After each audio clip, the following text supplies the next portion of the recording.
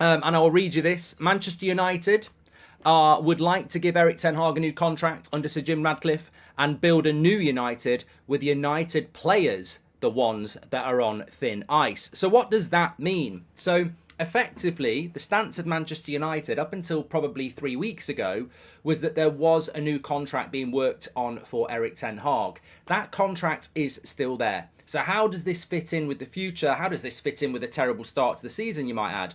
Well, look, the bottom line is that Sir Jim Radcliffe will come into this football club at some point in the next few weeks and take over the sporting side, with the Glazers still owning the football club. Boo-hoo, we lost. We know that's going to happen. Sorry, I was choking on a coffee just before I went live. A bit of air.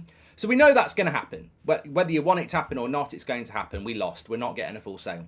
So Jim Radcliffe will come into the club and take over the footballing side. Now, the stance on the sacking of Ten Hag at the moment is that it's paper talk. They're not looking at. And can I just say this as well?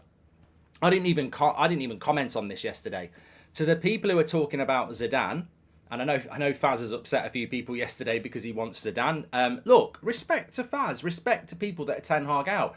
It's their opinion. They're allowed to have it. We're allowed to have an opinion on them. That's how it works. As I say, I think some people are Ten Hag out without actually having anything other than a shout. You know, angry. I'm Ten Hag out. Ten Hag out. That to me is a waste of time. I think it's a bit fake. I think actually, you know, at least what Faz is saying is he wants Zidane. You know, what I would say to that is that, fine, respect the opinion. It's different to mine. It might be different to some of yours. We're not getting Zidane. I mean, Donna says Zidane ain't working. We're not getting Zidane. I know the story with Zidane because you might remember when we got rid of Solskjaer, I wanted Zidane. And I very quickly moved from Zidane to Brendan Rodgers. And the reason I moved to Brendan Rodgers, and look, imagine that, was because I was informed by somebody in the industry, who you may know and may be able to guess, that Zidane will not come to England full stop. He doesn't want to come to England. He hasn't learned English. He doesn't want to come and manage the Premier League. And he certainly doesn't want to manage Manchester United. Zidane wants to do what Pep's done. He wants to pick his projects. He won 3 Champions Leagues at Real Madrid and his reputation is high. He doesn't want to go to Man United where even if you're a great manager, you'll probably fail. He wants a big job. He wants a job that he can go in and, you know, the tools are there to succeed and he cracks on. A bit like Pep. He doesn't want the Man United job and he doesn't want to come to England. So Zidane's a waste of time. Anybody who's talking about Zidane, it's fantasy. Chris says, you have analogies. Here's one. If your employer treated your best workmate, De Gea, like shit, you would not work for manager-employer to your potential, says Chris.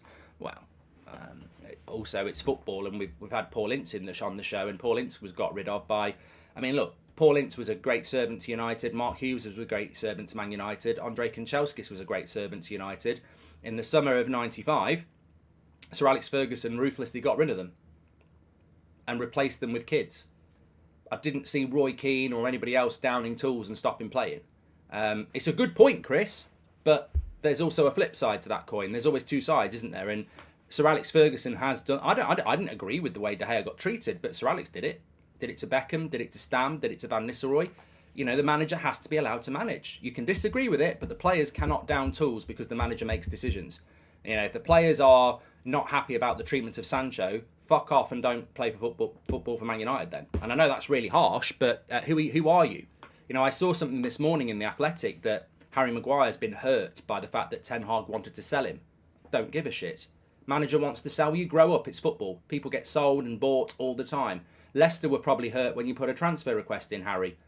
You still left. It's football. Stop. You know, who are these players? Why are they so emotional? It's football. You put a shirt on, you play your best, you get your wages. If you stay at a club for 5 or 6 years, well done. If you get sold, you go and play somewhere else and you earn money. Get on with it. Awesome content, Mark. Just my thoughts. We spent 140 million on Højlund and Mount. We could have got Kane, Gravenberch, Pavard and Cucurella and kept David, got Raya. Yeah, look, the Shan, I'm not arguing with you. It didn't happen, though. I would love it if Eric got a new contract. The players... are causing problems and not putting in the work, it would be a big slap in the face for them, says Mike. And if we sack Ten Hag, it's the definition of insanity. Back him and let's get out the idiots who want him gone, says Kian. Well, look, let me come back to this headline then. So basically, the situation with United is that Sir Jim Radcliffe is going to get hold of the club in the next few weeks. Until that happens, there is a basic agreement between the Glazers and Sir Jim and the board that there will be no sacking of Ten Hag unless it gets really, really bad. Because basically, Sir Jim Ratcliffe doesn't want, and quite rightly doesn't want, the Glazers making huge decisions when he's about to pump 1.4 billion into their pockets. So basically, Sir Jim Ratcliffe wants to have hold of the football side of things, and he will have hold of the football side of things, and therefore there is not to be any big decision around the manager until Sir Jim Ratcliffe comes in.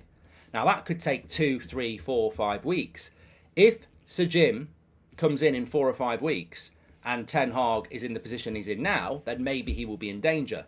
But we've got some winnable games coming up. So if Ten Hag actually starts winning games between the time that now and Sir Jim comes in, there's a very big chance that the contract will be offered and they'll work together for the future. So look, it makes total sense.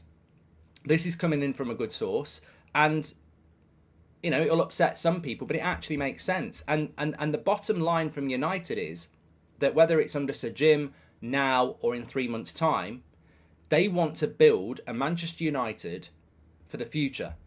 And the people who are on thin ice are the players, not the manager. The players have been recognised as one of the key factors to United's failure over the last 10 years. Player power is high on the agenda of Sir Jim Ratcliffe and the future of Manchester United. So the people who are on thin ice are the players. It's not Ten Hag leaking stuff to the press every day. It's the players. It's not Ten Hag moaning about Sancho not apologising to him every day. It's the players. And ultimately, you look at someone like Man City or Liverpool or Arsenal, and you don't see these types of problems. Whatever you think about Sheikh Jassim or Sir Jim or what, you know, ultimately, both sets of owners are going to look at things the way you are and go, how do we improve this club quickly? There are some really quick wins. There is a director of football, there is a new CEO, there is an assessment around the stadium, there is an assessment around the infrastructure, but there's also an open goal, which is United have got a huge problem with player power. And the bottom line is, if Ten Hag can survive the next few weeks until Sir Jim comes in, there's a very big chance that Sir Jim works with Ten Hag on the future and starts removing some of these players.